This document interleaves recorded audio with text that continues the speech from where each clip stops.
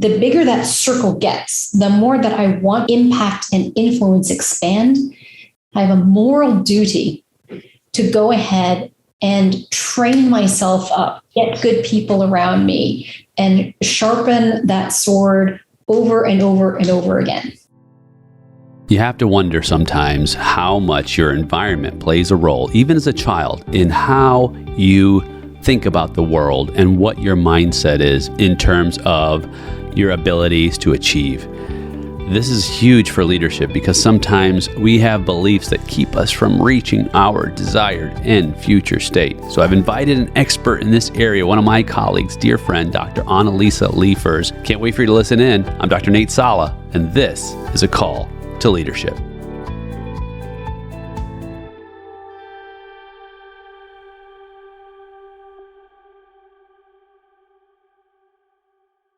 First of all, I'm thrilled to have you because, we have so many great conversations and they're always intellectually stimulating, but also spiritually stimulating. And we're cut from the same cloth. And I remember when we met in graduate school, when we were working on our PhD, I don't even remember what the course was. I don't know if you recall what course it was.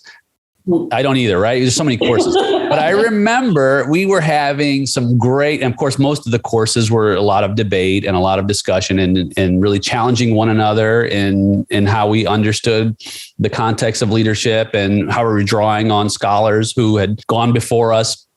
But we had some great intellectual banters. And I was like, this is a person I can have some deep, meaningful conversations with. And I think I remember coming up to you after one of the sessions. I'm like, you are a fellow cerebral assassin, right? I love your cerebral cortex. Assassin. I love it. I think I might put that on my LinkedIn profile. Would you mind? I don't mind at all. I think it fits.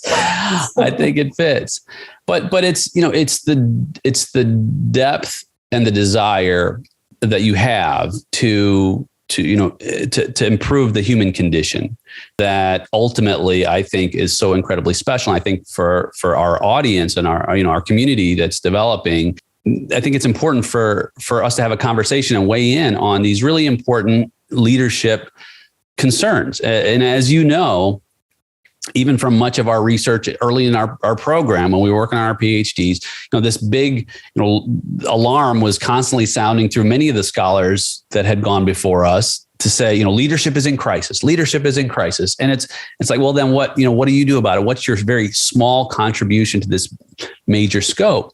But before we go there, I'd like to really just have a conversation around, why, why go through the process of working on, a PhD, which is extremely intensive. It most people don't finish. Yep. What brought you to that? What did it start in childhood? Did you think, oh, one day I'm going to be, a doctor of philosophy? What? And did your background? Did family encourage that? Were they academics? Were they blue collar? Just where do you come from, and why are you here? What made me say, "Oh, let me get on board the crazy train"? So I never, and honest to goodness, I never thought I would pursue a PhD. And I will tell you, you're a good enough friend, and I feel that we're at a safe space here. I can be honest as to why. I never thought I was smart enough for a PhD. And to me, that was very sort of vaulted territory that only people who graduated like Summa, right, at the top of their class, like the 1% of the 1%, those were the people who had, earned the right to a PhD. And in my mind, I just wasn't talented enough. I know that might sound, your listeners might say, oh, please, like that's just like such a bunch of malarkey. But honestly, some might feel that way right now. Did anyone tell you that? Was that, where does that come from? That sense that, I'm not like good enough, smart enough sort of thing? Yeah. So I was very blessed to have won a full scholarship to do my undergraduate work at Harvard.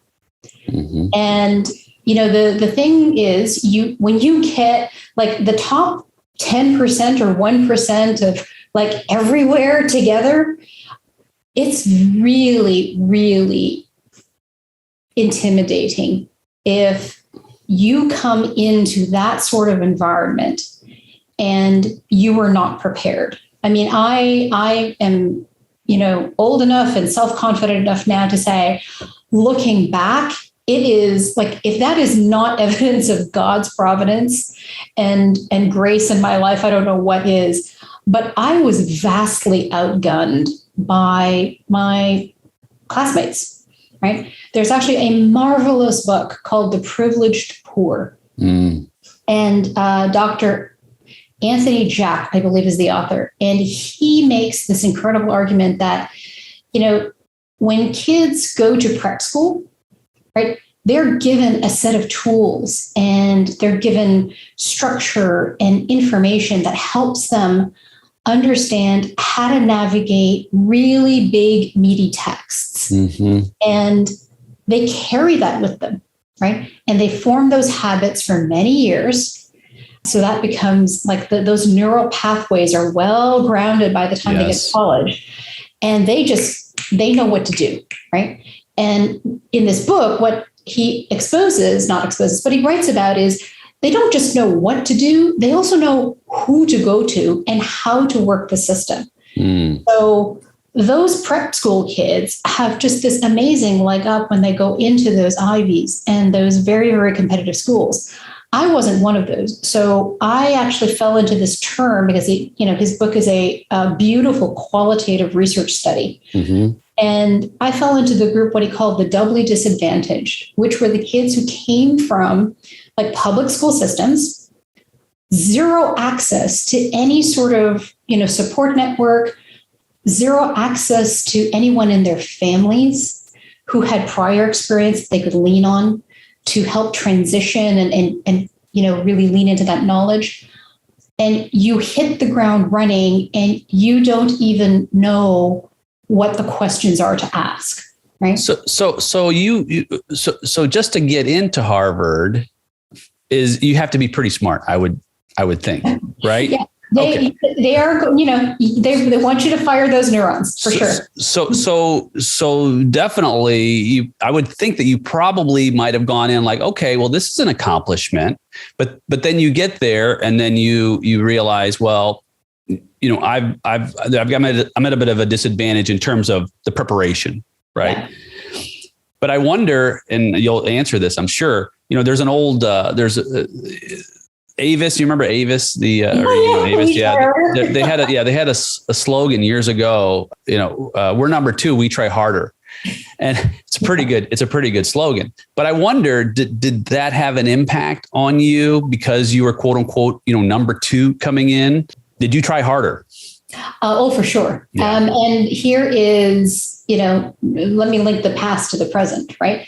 So what I learned was, oh my gosh, seriously, so I've got to work my hiney off. And this is where that old truism, right?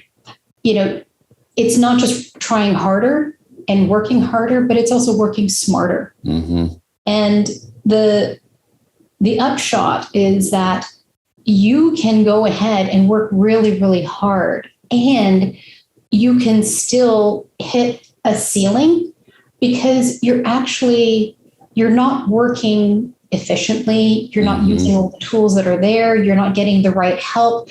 You're not, leveraging resources, not unlike, so let's fast forward, right, to when people take jobs and they start jobs or they're a new leader and you just don't realize that you don't know what you don't know. Right. And you're afraid to ask for help. And you're afraid to look stupid, right? Mm. And this is actually the beginnings of my own research, where I realized through my doctoral journey is that I was a fixed mindset child, right? I heard the messages of, you're naturally gifted, you're naturally talented, you're naturally smart. And those can be, those are well-meaning messages. They are important to build a child's self-esteem, and they can also become very constricting. Particularly, there's a phenomenon called the bright girls. And the bright girls, you're like, well, don't they know that they're bright? How, to your point, right? How do you not know, Lisa, that by virtue of the fact that you're accepted, that you're not bright, that you don't have an earned spot? Yeah. And it's not about that. It's about all of these other things that happen in connection with how you have mentally ordered the world and how you then translate the experiences that you're going through into other sorts of relevant data that then drives and influences your behavior. So that is an extremely long, meandering answer to, how did I end up with a PhD and why not earlier? I never thought I would be the one to have a PhD. No one in my family has ever pursued this. No one in my family has ever gone to an Ivy. So there was no reference point for me, right, from a generational perspective, for me to do this. And how I got into it was I literally tripped into it through a suggestion of two wonderful professors. And I started to really think about it. I looked at the program. I thought about what I wanted to do further on in the career. And it, as God does, he opens a door. And I thought, you know what? If this door is open, maybe my job is to not worry about this other stuff and to just walk through. Right. Wow. So tell me more about this fixed mindset that you had. Okay. Well, before you tell me about that. Okay. So this is, mindset is becoming a trendy buzzword. I see it all the time. In fact, I don't know if you're on Clubhouse or not, but I recently started that app in the audio community rooms, really chat rooms, and just an audio. And so many are on mindset. And so people want to have these conversations. And you talked about this fixed mindset. I think people are fascinated by this idea of mindset. And this is your primary work. Is your dissertation research is on this central topic. And it's interesting that you chose this topic. And it sounds to me like was this something that you had, a lot of PhD students don't know what they want to do early on. Yeah. Right. I was fortunate early, but many don't. Was this something that you was kind of simmering? Or was it something? No, you were just immersed in the PhD environment and, becoming immersed in the research and how did you stumble onto this idea of mindset? So I thought I was going to write about women in leadership. And that was actually part of my essay, into the program. I stumbled onto mindset because of my manager at the time, who has been a great mentor and good friend now, Michael Davidson. And we were doing this, mindset was, as you say, it has been it's extremely buzzy now. It was gaining traction years ago. And at Xerox, we had an entire teaching module around mindset and helping managers understand their mindset.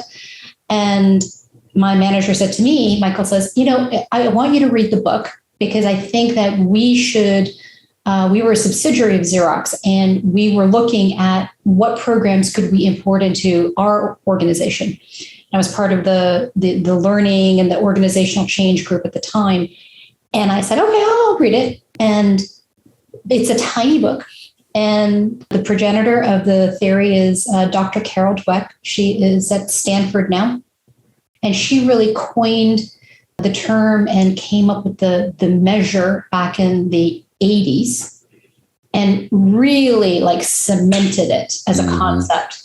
And then built it from there, I would say, in about the 90s.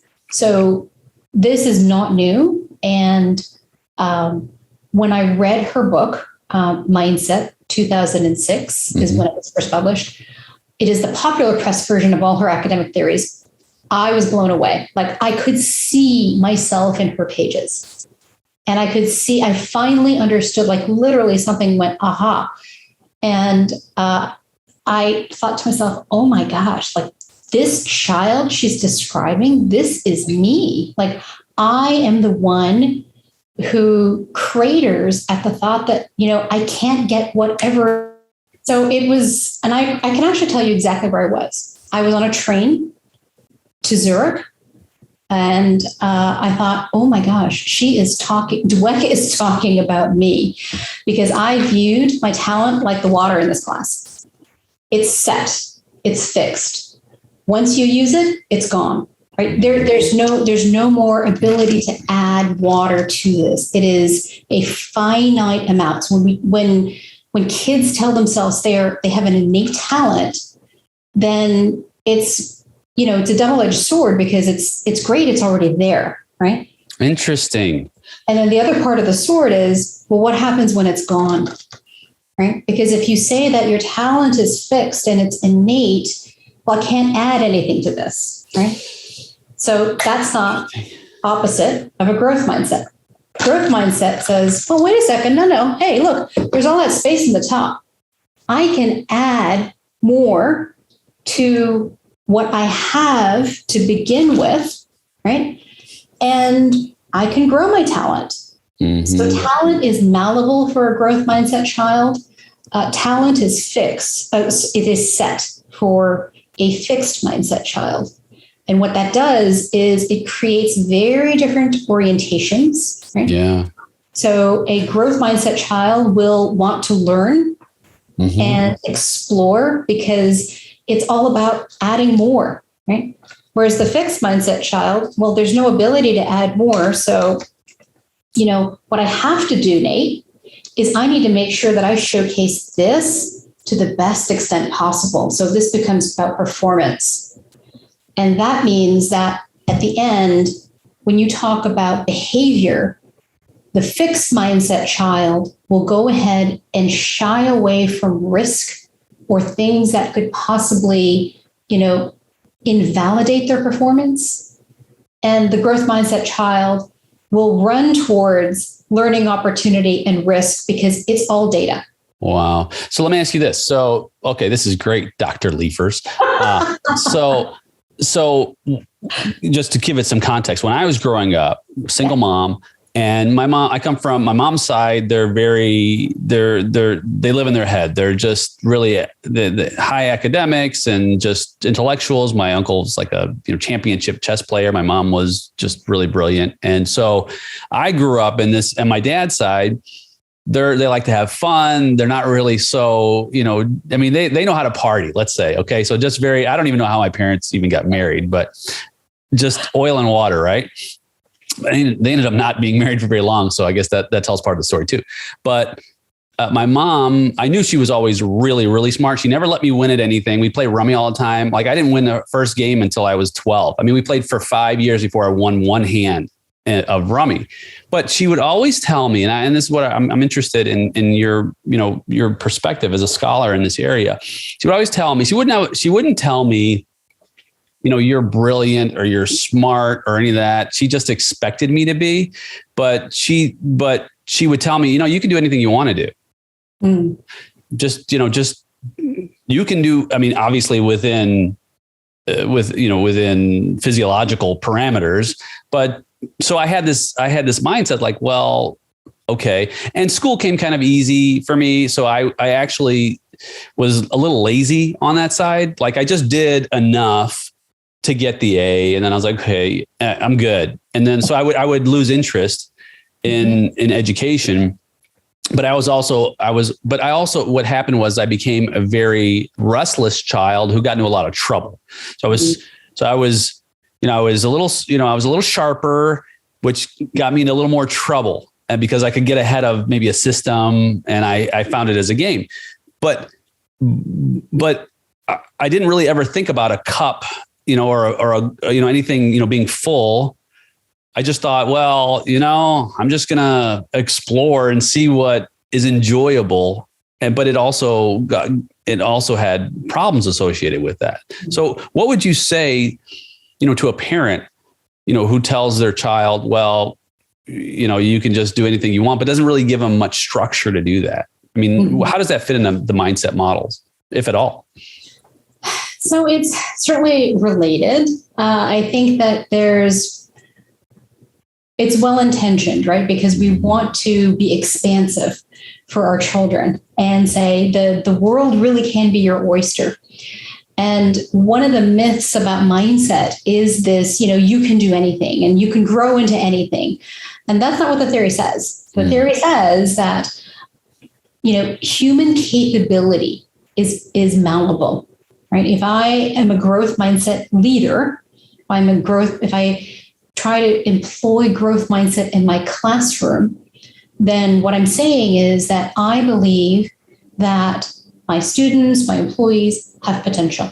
Mm-hmm. And my job is to help foster and bring out that potential and to create the conditions that maximize that.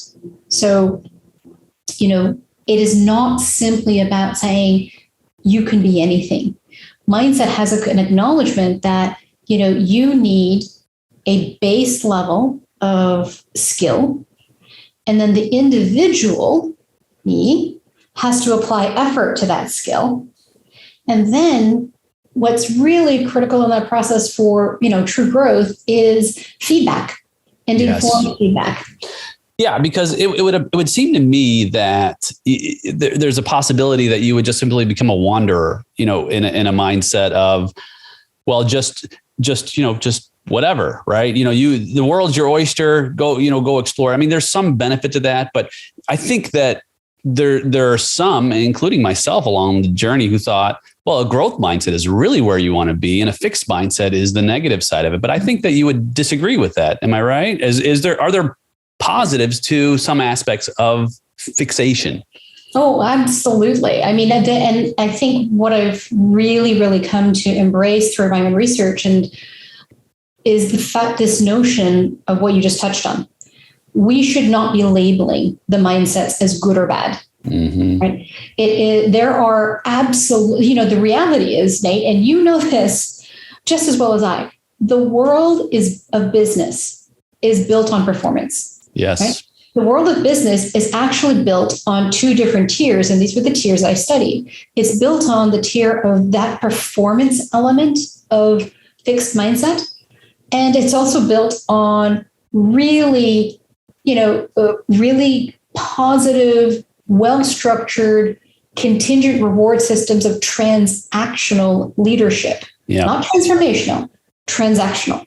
Right? And so we absolutely have a swim lane and a need for fixed mindset. I also believe that, and researchers who are long in the field, far more storied than I, have also said very openly, look, no one is like one mindset all the time. Mm. And mindset is domain specific. So I can believe that I am a growth mindset individual when it comes to, academic stuff. And I can exhibit a fixed mindset when it comes to work items or competitive sports or whatever else the other domain is. Yeah.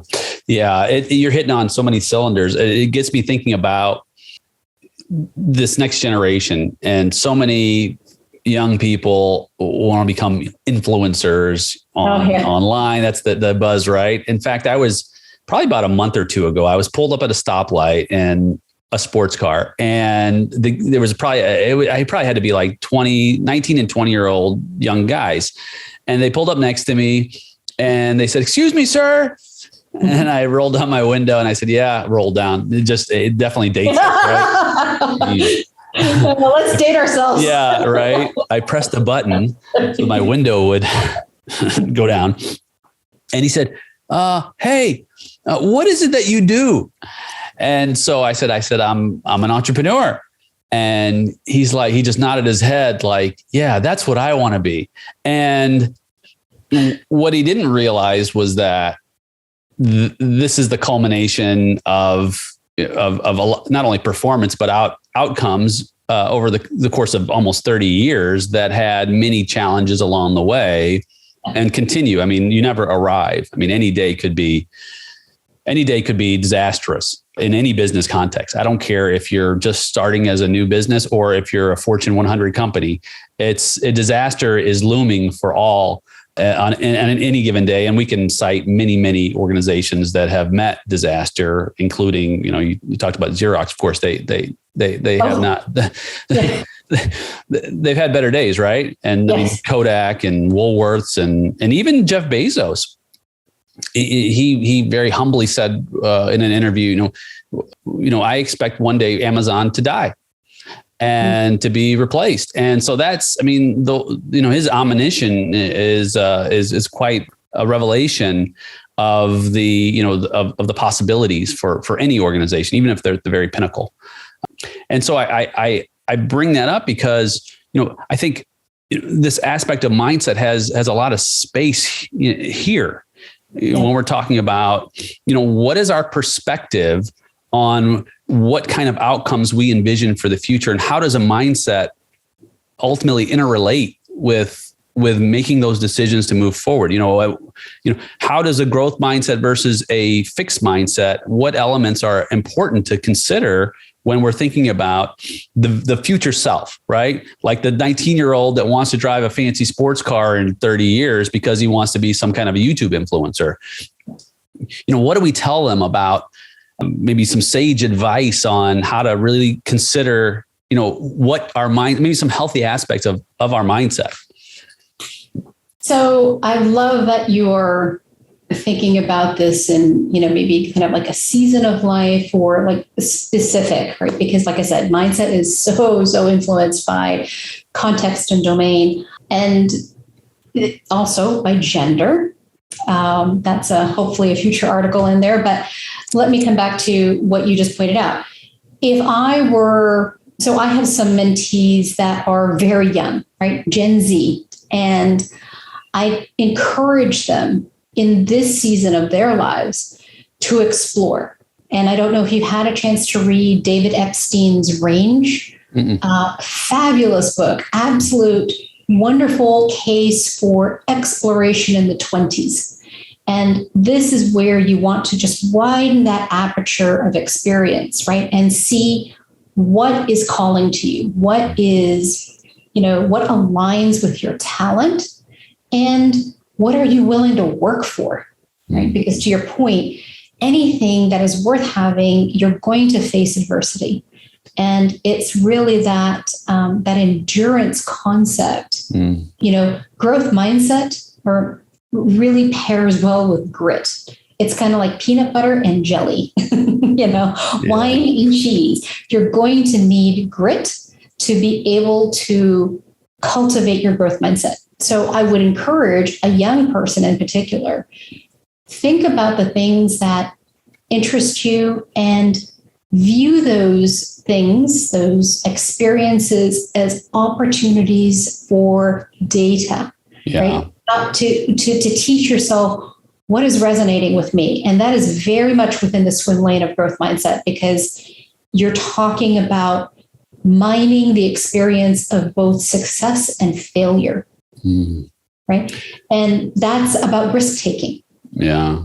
Which is so much easier when we're younger. Yeah. Well, yeah, indeed. Yeah. Even Steve Jobs said that. He said, I couldn't imagine doing today in his early 50s, what he did when he was 18, 19, 20, 21 years old, because of the responsibilities that he was, that he had at that stage of life were much, much greater than of course, children, a family, and so on and so forth. You get me thinking about different ways that we construct our words around, our mindset as well. And even the cup, the water bottle that you showed.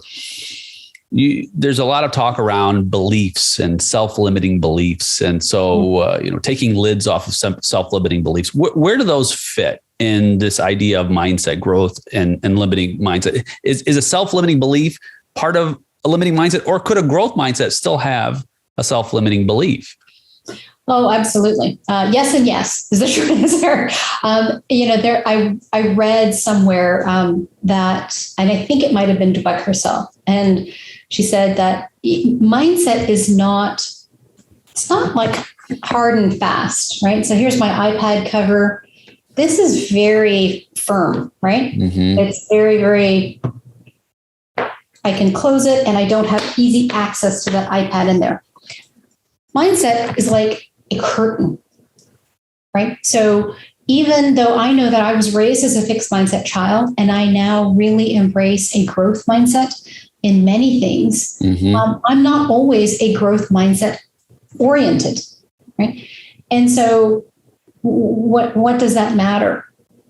Because our beliefs actually are the foundation for how we interpret the lens of the events in our lives, right? Mindset is born out of what psychologists call attribution theory. And that's that process of, something bad happens to me.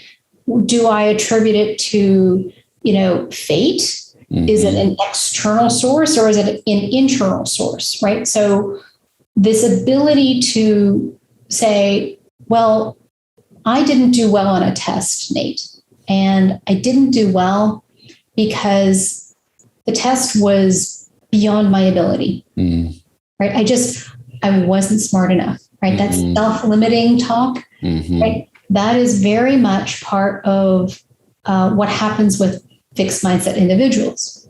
That is an internalization, right, of that belief. And it is born out of, again, I have a certain number or a certain set of talents, and whatever I was asked to do was beyond it. And that's why I failed. And that then really comes and boomerangs back for the individual and depresses the self-worth. There's tons of studies about that. So I watched a lot of sitcoms when I was a kid. I basically was raised by television because my mom was working. Yeah. So you remember all those sitcoms, but I remember so many sitcoms like MacGyver or the A-Team or Knight Rider. You just go down a list. And I think about, okay, how would we evaluate mindset with these characters in these shows, right? You think about MacGyver and the guy, there wasn't a problem he couldn't solve. And I think about the psychological construct of locus of control.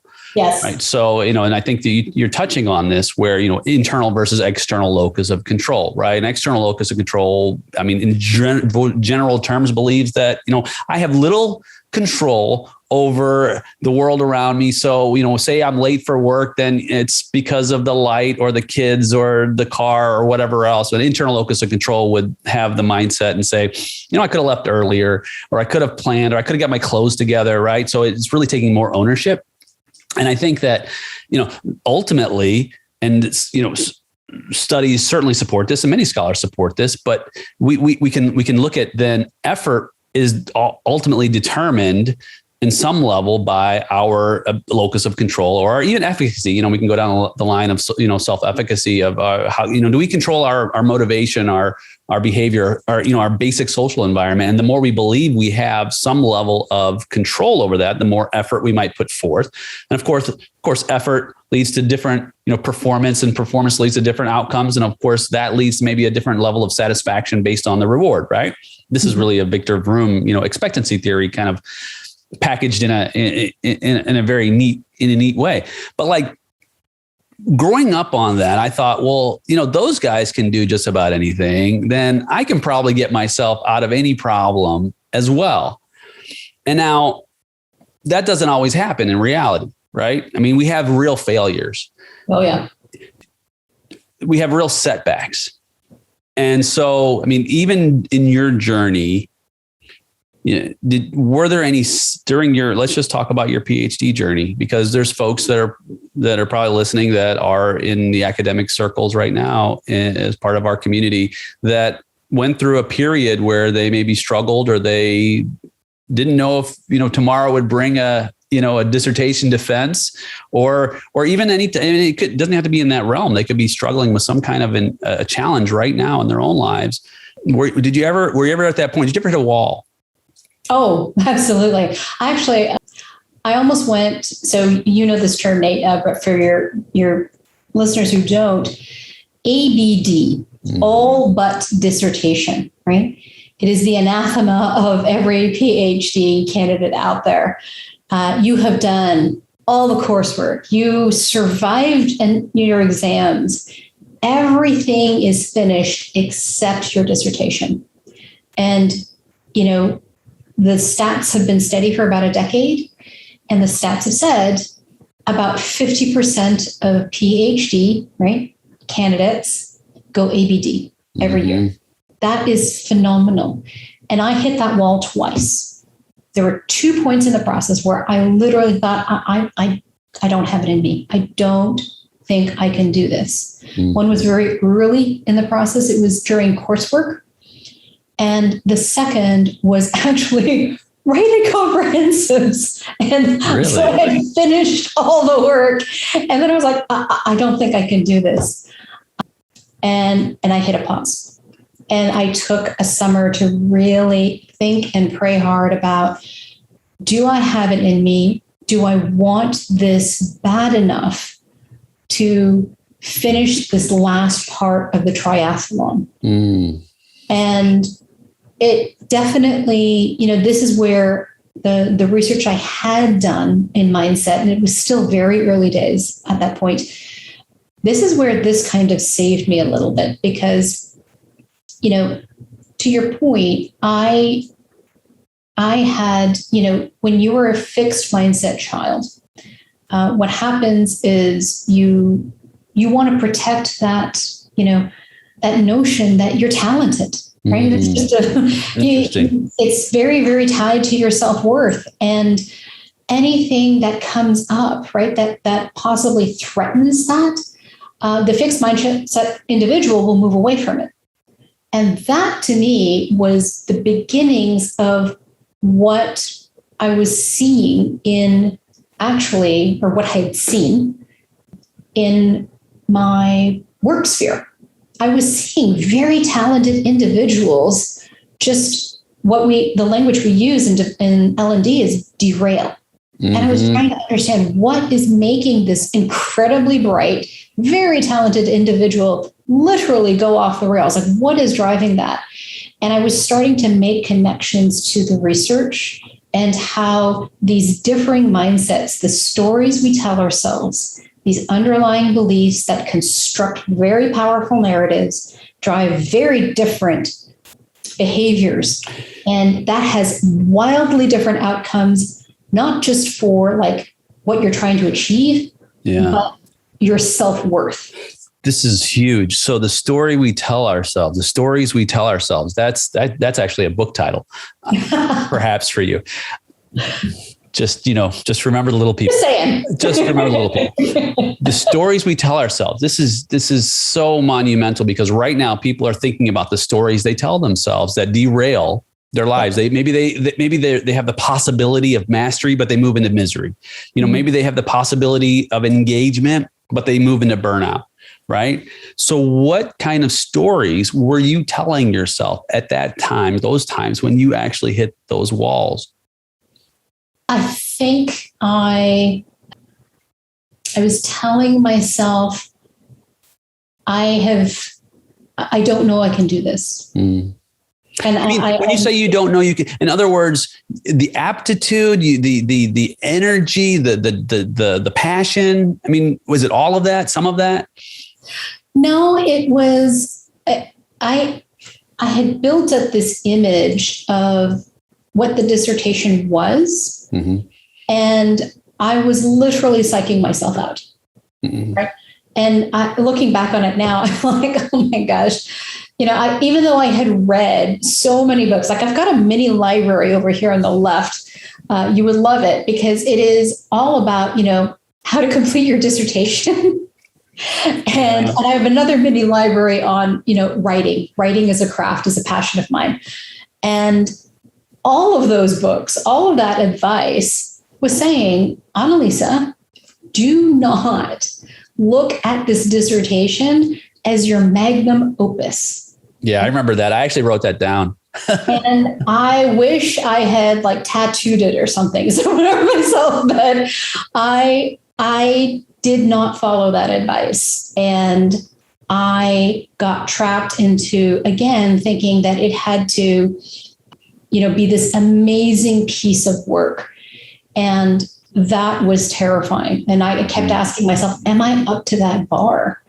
And that sometimes a self-limiting belief doesn't actually have to be something explicit. Yeah. Sometimes it could simply be a question that carries high risk for the individual. And that can, if there are deep roots to that question, it can stop the person cold. Yeah. Wow. And that's literally what happened for me when I hit those two walls. And when I hit the wall the second time, I thought to myself, I have to really think carefully about if I want this, because I knew it was just going to be, it was already starting to feel different. And I knew that there was going to be even more adversity ahead that I simply couldn't see yet. And you have to ask, am I up for that? One of these really powerful questions that's circling in leadership talent management circles is, do we really want everyone to think that they should be a leader?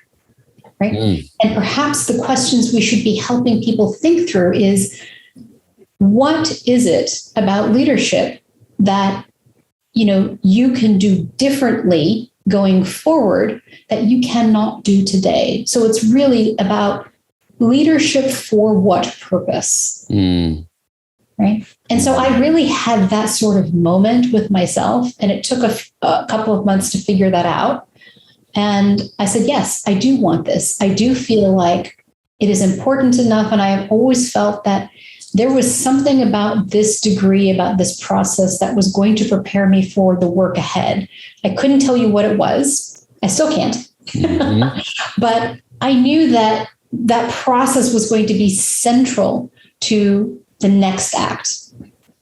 I love how you describe that, because so often we might lose passion, interest, we might lose confidence, but you didn't give up. You hit pause and had time to reflect, had time to regain a deeper and maybe a more resonant understanding of what your purpose was.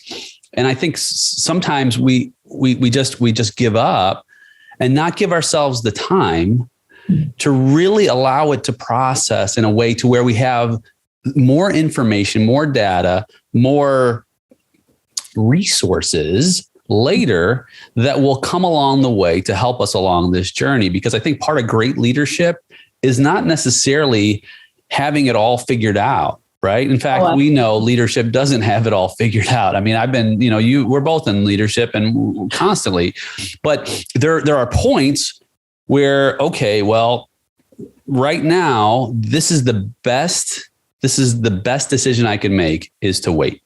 And in fact, even the scripture said that, right? Be still, be still, right? And then when God says to be still, it just, sometimes we just got to be still. It's so hard, it's so difficult in today's super fast-paced world, because we're constantly encouraging, we're on the move.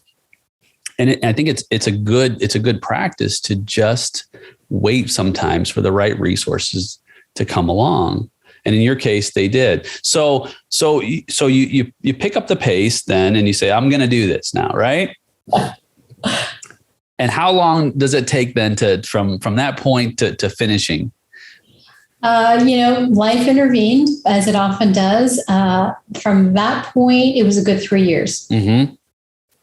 And I certainly, that was not my plan. My plan was to set a record and to be done in 1 year. Right. Because, I'm just that competitive gal. So. Right. And I will tell you, honestly, Nate, I'm very blessed to have a husband who is a full partner and cheerleader number one, supporter extraordinaire. And because of his financial stewardship, we had the ability to give me that extra time. Yeah.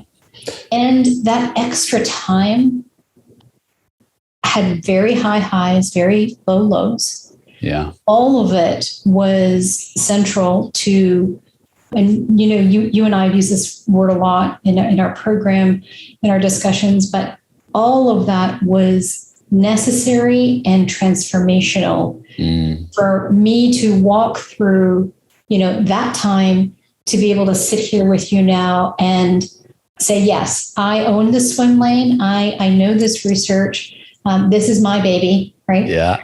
And to be able to then now use that as the stepping stone for peering back into the leadership world, looking at what's going on the LinkedIn feed and feeling confident and authoritative enough now to say, here's what I would like to add to this conversation. That's right. Without that time, I'm not sure this conversation that you and I are having would be as robust, and that you would hear actually as much vulnerability from me as you are. Yeah. Well, and I think it's going to be a blessing to so many people listening, because, we can certainly hide behind our accolades. And the truth is that that's okay. And that's great. But what people really want to hear about are, where we struggle and how we overcome those obstacles, because people are inevitably going to have struggles. And I think that part of struggles, at least our mindset becoming disengaged, or simply having maybe a feeling that I'm not going to be able to do this just simply because my expectations weren't met. I think that's part of the challenge, is because we set maybe expectations on ourselves and we don't allow the fluidity or the grace for life to happen, which is inevitable. Right? Life is going to happen. Things are going to go differently than what we expect. There is no one that can predict how things will go, because there are many aspects of life that are beyond our immediate control. In fact, most are. And so I think that's part of the journey. I think that's part of the adventure. When I talk with clients that I'm advising, and I get a text message and say, "Oh, I've got $3 left in the bank." In fact, I just interviewed a client who had just had that problem. I have $3 left in the bank account. I don't know what I'm going to do. And, of course, part of that is, well, let's figure out a way. But the other part is, hey, this is a really good story that you're going to be able to tell in 6 months, a year, 2 years, 10 years, to those who are in your same position, and share the journey of how you overcame. I think that's such an important part of our walk, because as I look at leadership in really four parts. So as the great Dr. Ralph Stockdale said that there are as many definitions of leadership as those who have attempted to define the construct, right? So of course we all throw our definition, but I define leadership. If I were to distill it and define it in 10 words or less, I would say that leadership is the discovery of, influence toward, and achievement of, at least good leadership, achievement of shared purpose. And so, so this idea of shared purpose is it wraps these three parts around. And I love how you described the next generation of leaders, and of course this generation, or the generation that's moving into a legacy phase. But this idea of discovery, because I think leadership always must begin with discovery. We've got to open our eyes and discover really ultimately where we want to go and who we want to follow, because leadership is not just about others following us, but it's certainly an important continual aspect. My philosophy is, follow, lead, repeat, right? Follow, lead, repeat. And so your discovery during that time led to an influence in your life that ultimately led to achievement. And so it's beautiful. Well, thank you. It's, I love that you see the value and highlight the power of adversity, right? Mm-hmm. And literally last night, one of our, in this coaching program I'm in at UTD, we just finished up a module called Strategic Inquiry. And our wonderful, beautiful instructor, Pam Thomas, said, your stories, your fires, someone is going to need the fires you have walked through. Mm. And I thought, That is absolutely true. I know that in my life, someone has poured into me and given me the benefit of their wisdom based upon their fires. And I think that is part of what I am drawn to in this coaching program, is to now really take, my coaching skills up to another level so that I can really bring that to a knife edge, right, for whatever clients I'm working with in the future, and help them generate self-awareness so that they can be the leaders that they feel called to be. Yeah. Right. Whether it is in a formal, organization, climbing the corporate ladder, so to speak, or whether it is leading their families, leading their communities. I mean, we need leadership at all levels throughout society. I think that 2020 taught us that we have a dearth of leaders and good leadership. So I feel very strongly that, it begins, as you say, with examining what is your purpose? What do you want to do with this thing called leadership? And then realizing, okay, the bigger that circle gets, the more that I want to have that, impact and influence expand. It is incumbent upon me. I have a moral duty to go ahead and train myself up and get good people around me and sharpen that sword over and over and over again. Well, the good people around me part, I think, is underestimated. And you talk about your husband, right? And of course, there's, I'm sure many others that have been an encouragement and a reminder, maybe those who finished and said, okay, we're waiting for you at the finish line, right? Yes. I mean, those are encouragements as well. Everybody's got different triggers, but I think, someone listening right now doesn't have that, or they haven't thought, or they haven't extracted that, or maybe there's some other reasons why they've not tapped into the collective power and energy of a community around them to help them along the journey. What would you encourage? What would you say to someone right now that's listening, that's not done that can? So I would say, first, that maxim, know thyself, right? Noce te ipsum. Exactly. You have to start there, and you have to, no man is an island, right? No woman is an island. And I would gently ask, what one small change could you make that would help you take one baby step closer to where you want to be? And at a deeper level, I would really encourage, people to, if you're not surrounding yourself with good people, then it does require that you ask maybe the question, what is stopping me from that? I heard this wonderful African proverb recently, and it said, if you want to go fast, go alone. If you want to go far, go together. Wow. And there is a power, there's a reason why we were organized into cohorts, right? Yes. There is a point, and they know that you're going to struggle and you're going to want to lean on each other. There's a reason why the U.S. military, right, the Marine Corps, they train with these awful big telephone logs in groups. Yeah.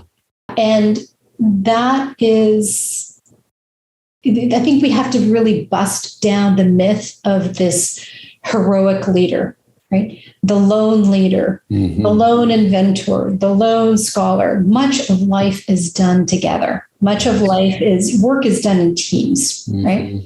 And it is rare that, there's so much, I think, that we conflate, and we think that they're the same thing, and they're not, right? Like, we conflate the importance of individual alone working time with the mythology that in order to have any sort of wonderful breakthrough innovation, you have to be this solo learner or solo inventor or solo entrepreneur, when in fact you are probably better served by doing things like this, having conversations with somebody else, probably different field, maybe some shared passion, and then you begin to connect very disparate points together. Huge. In fact, you remind me of Steve Jobs when he was building the new Pixar campus. Bad idea, but good rationale. He wanted one set of bathrooms in the center of the entire campus. And because he wanted collaboration, because he knew that the best ideas aren't created alone. They're created among this refining in a group environment that challenges one another, that helps one another to see different routes, different avenues, different ways. Now, there ended up being more than one set of bathrooms. And I think it was because there was a pregnant woman who's like, I am not walking 10 minutes to use the bathroom. I won't be working at Pixar.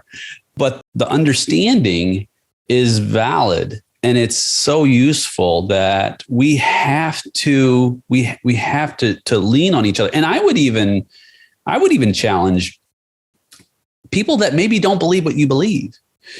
To expand our minds. Yeah. And because look, the one thing, and I'm sure you would agree with this, one of the many things that is a beautiful outcome of working on a PhD is realizing how much you don't know. Oh yeah. Right. Because the body of knowledge is so expansive, and we become subject matter experts on a very narrow slice of scholarship. Right. And there's a humility, I think, that can develop in not knowing, so that you become a student of knowledge and still becoming, you have your core values, which are incredibly important to hold fast.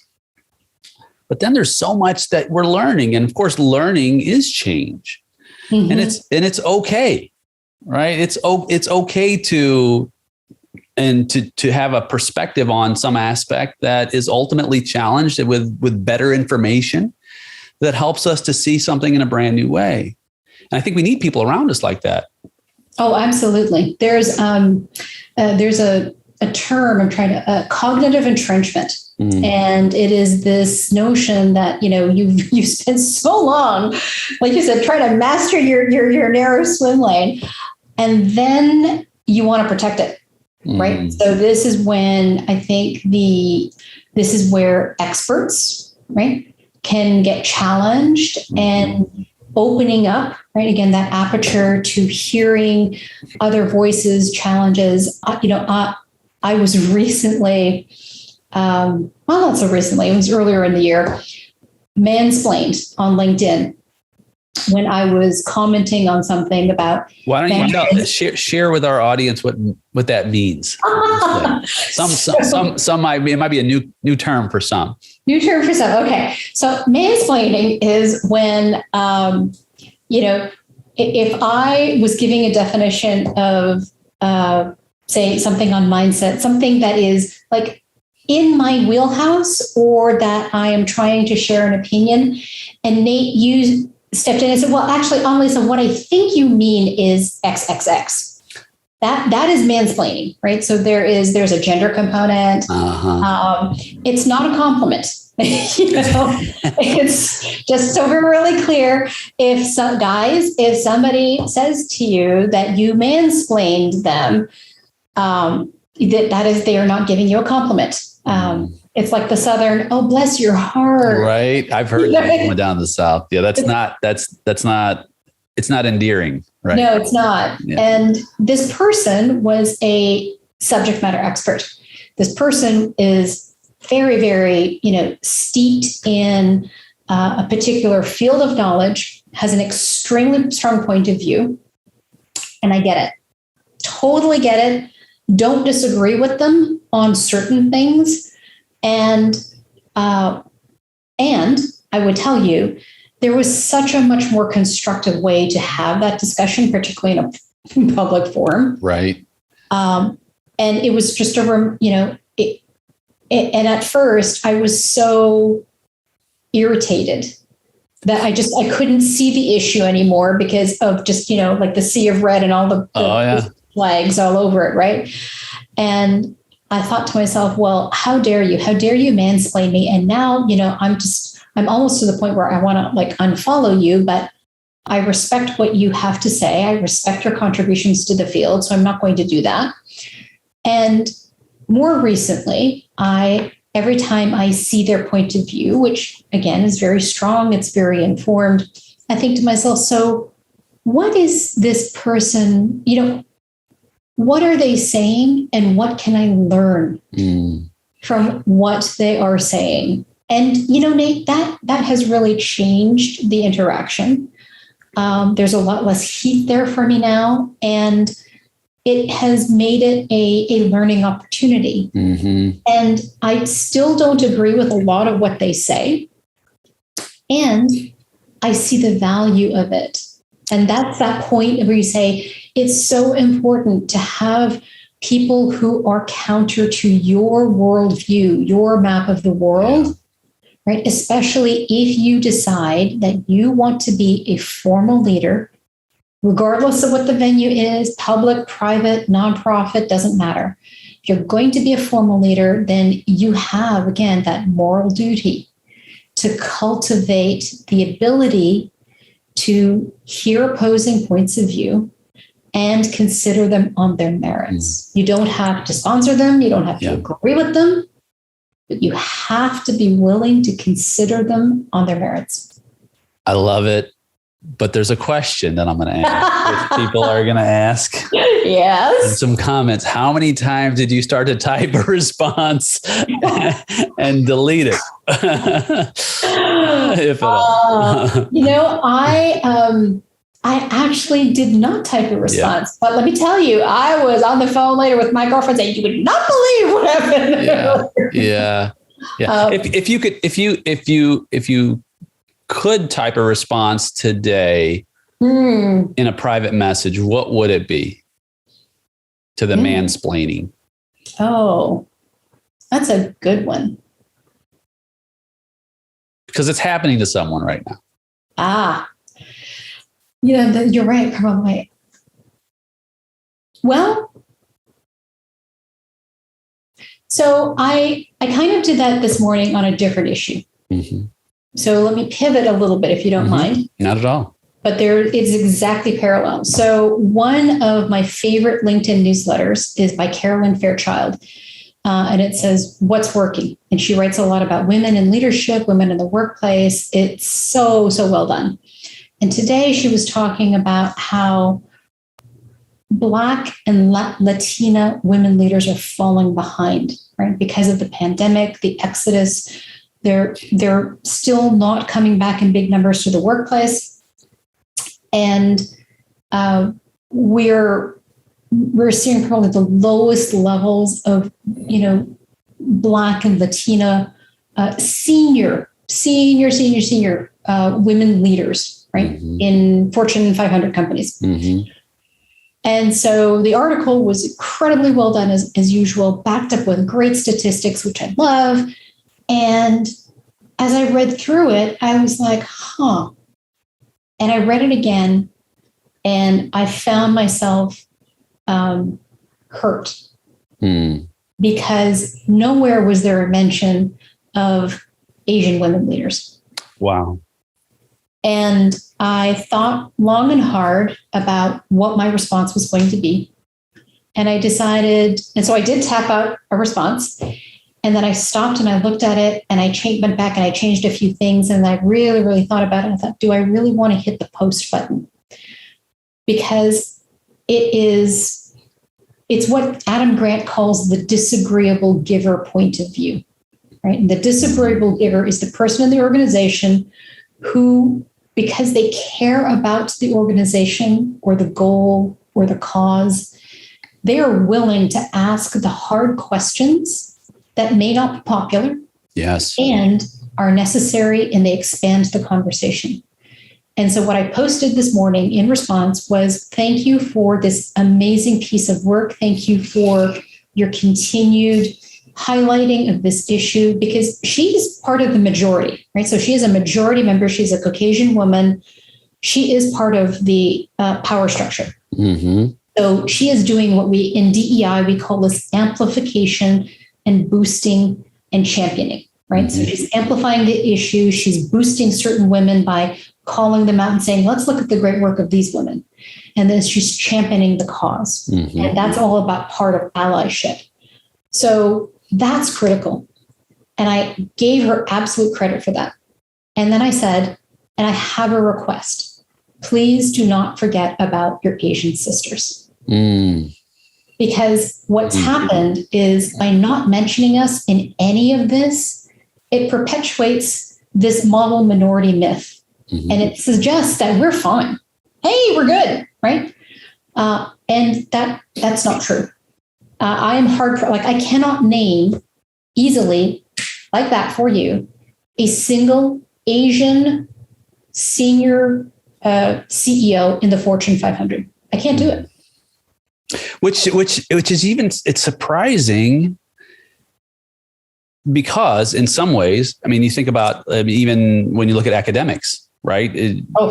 Right. So academically, Asians generally will score higher. I mean, we're talking East Asians, right? Because I'm Asian too, but I'm West Asian, right?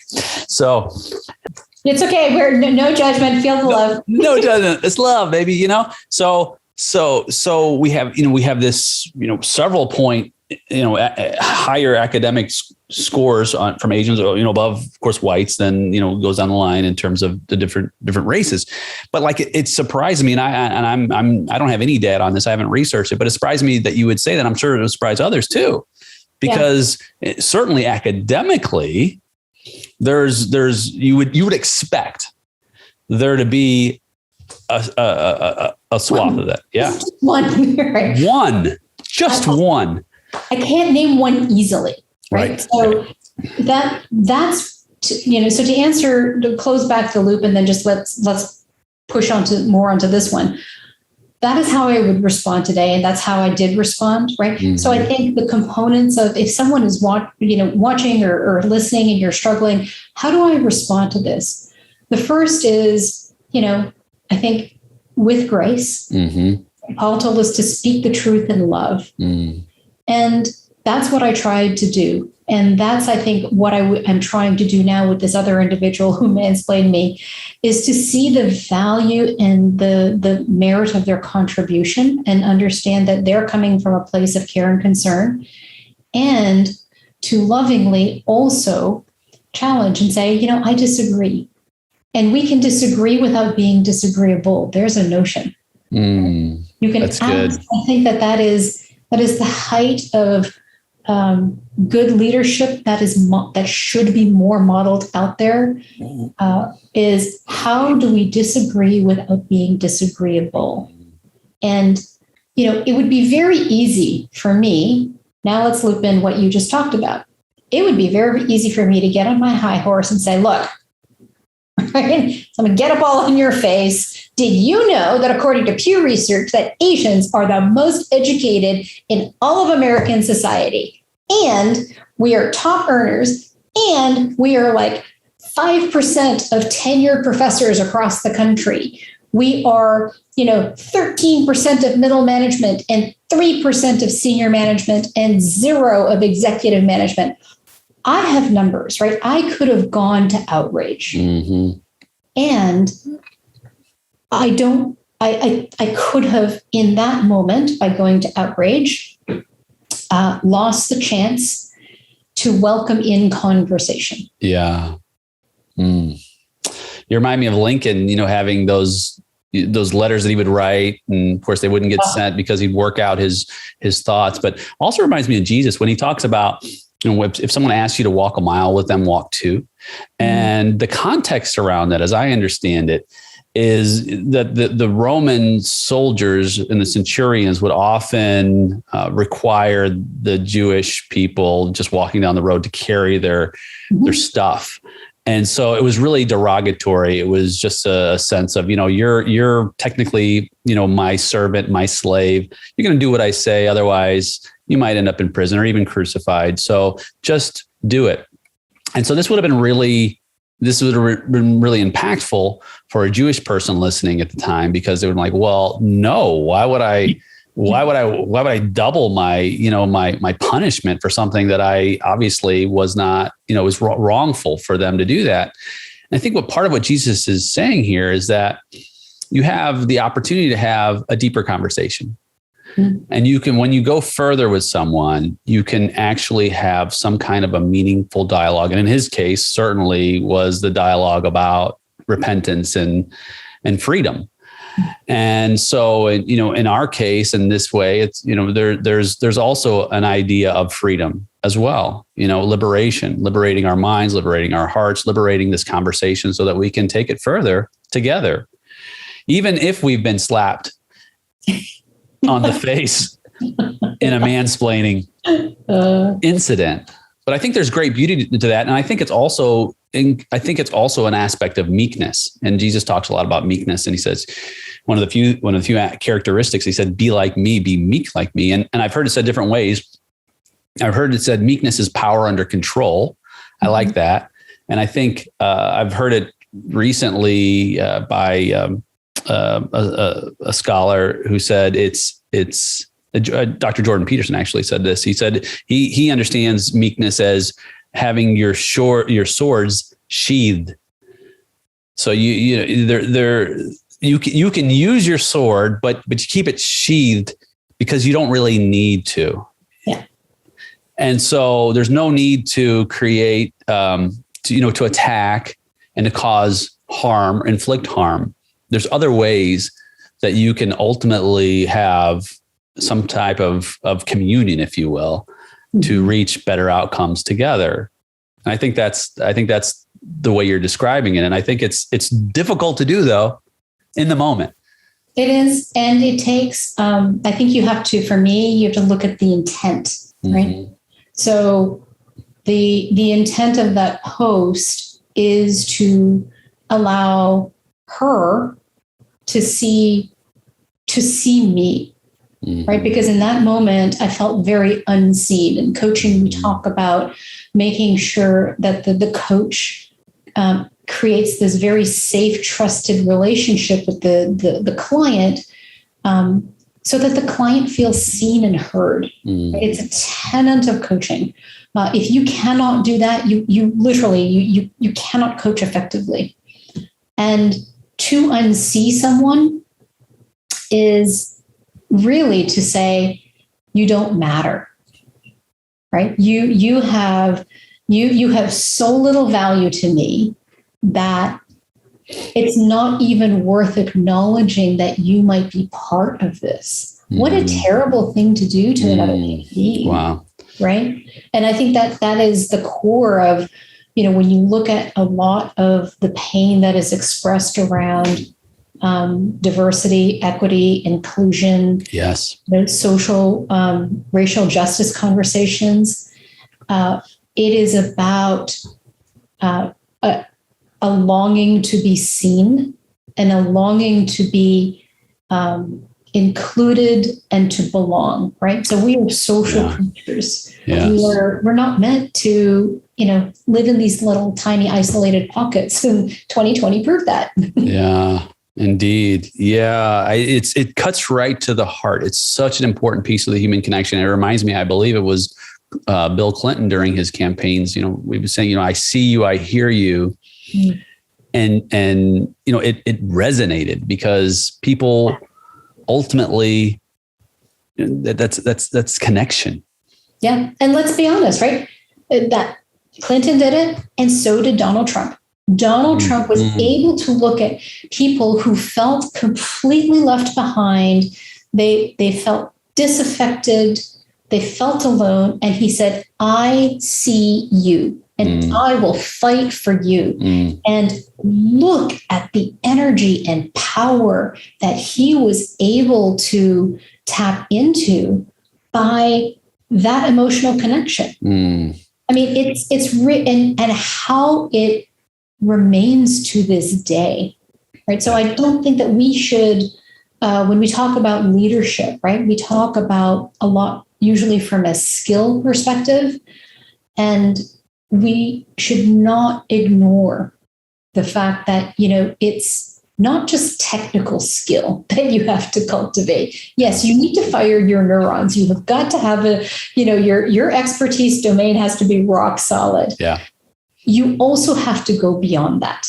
Yeah. The human skill and the conceptual skill have to marry with that technical skill to be effective in connecting and ultimately influence, right? I mean, that's the whole, the heart of leadership has the influence component, and we must create influence based on that shared purpose of where we want to go. People ask me during election time, they say, well, what are some of the questions I should ask, my potential candidates? And so I'll just give some solicited advice, and I'll say, well, ask a few questions. Here's some basic ones. Do they know where they're going? And do you want to go there? I mean, let's just start there. Right. But that's the shared purpose, right? I mean, and so this is probably we can have a whole nother episode just on this topic of leadership, which I think is extremely fascinating because you have such a wealth of knowledge, and I don't want to abuse the time that we have together because we've shared so much. But I do want to ask you a closing question. Yes. One day we're going to be at the mountaintop at the end of the journey. And I'm always curious about the people that I interact with, friends and colleagues. When you're on that mountaintop, there's this great summit, and you look down at the life that you had. What would you say would be one sentence that you would want to be remembered by? That I want to be remembered by. Yes.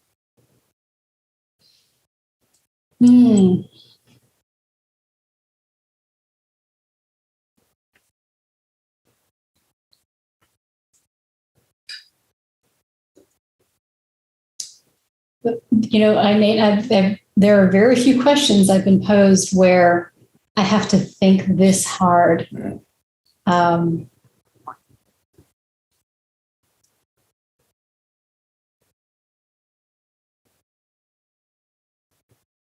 torn. I want to be remembered for my kindness. We just completed an assessment, and there are these 4 dimensions and 24 traits. And one of my top ones is called Nurturance. And it is about when you're a nurturer, you are focused on the care and the well-being of others. And to me, that is very much, where my heart is, especially as I head into, God willing, I still have, more days ahead than behind. But we're getting close to that tipping point. And it does make me very thoughtful and intentional about the things that I do now and what I want to be known for, right? And known as going forward. So if I really had to pin it down to one sentence, I would say she was someone who was the same in private as she was in public. And I knew I could follow her and trust her. Well, you are on your way.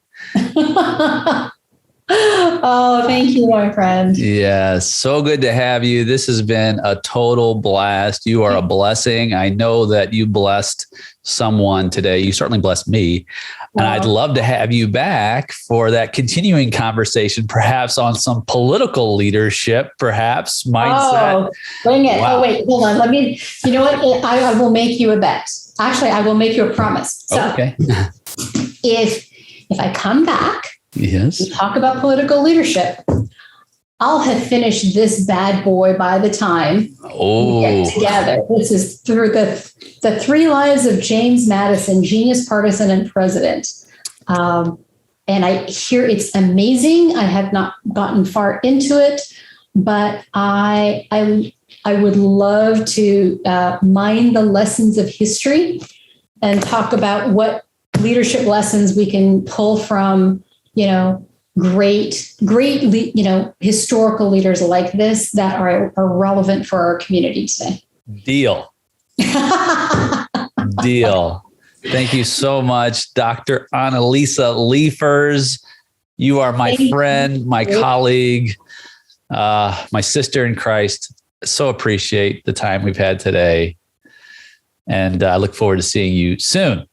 Absolutely. And Dr. Nate Sala, thank you for standing in the gap and being one of those, for your listeners. Nate finished before me, and he was on the sidelines cheering me on. And we talk about the people who stand in the gap and they wait for you and they say, you can do it, and I'm going to be here and we're going to celebrate. So thank you for being my brother in that academic journey, my brother in our faith, and encouraging me and letting me know that, the dream really was within reach. Yes, it's been an honor. And I look forward to every additional milestone, every finish line we can cross together along the way. Amen. Amen. Good stuff. All right. Thanks, Nate. Thank you.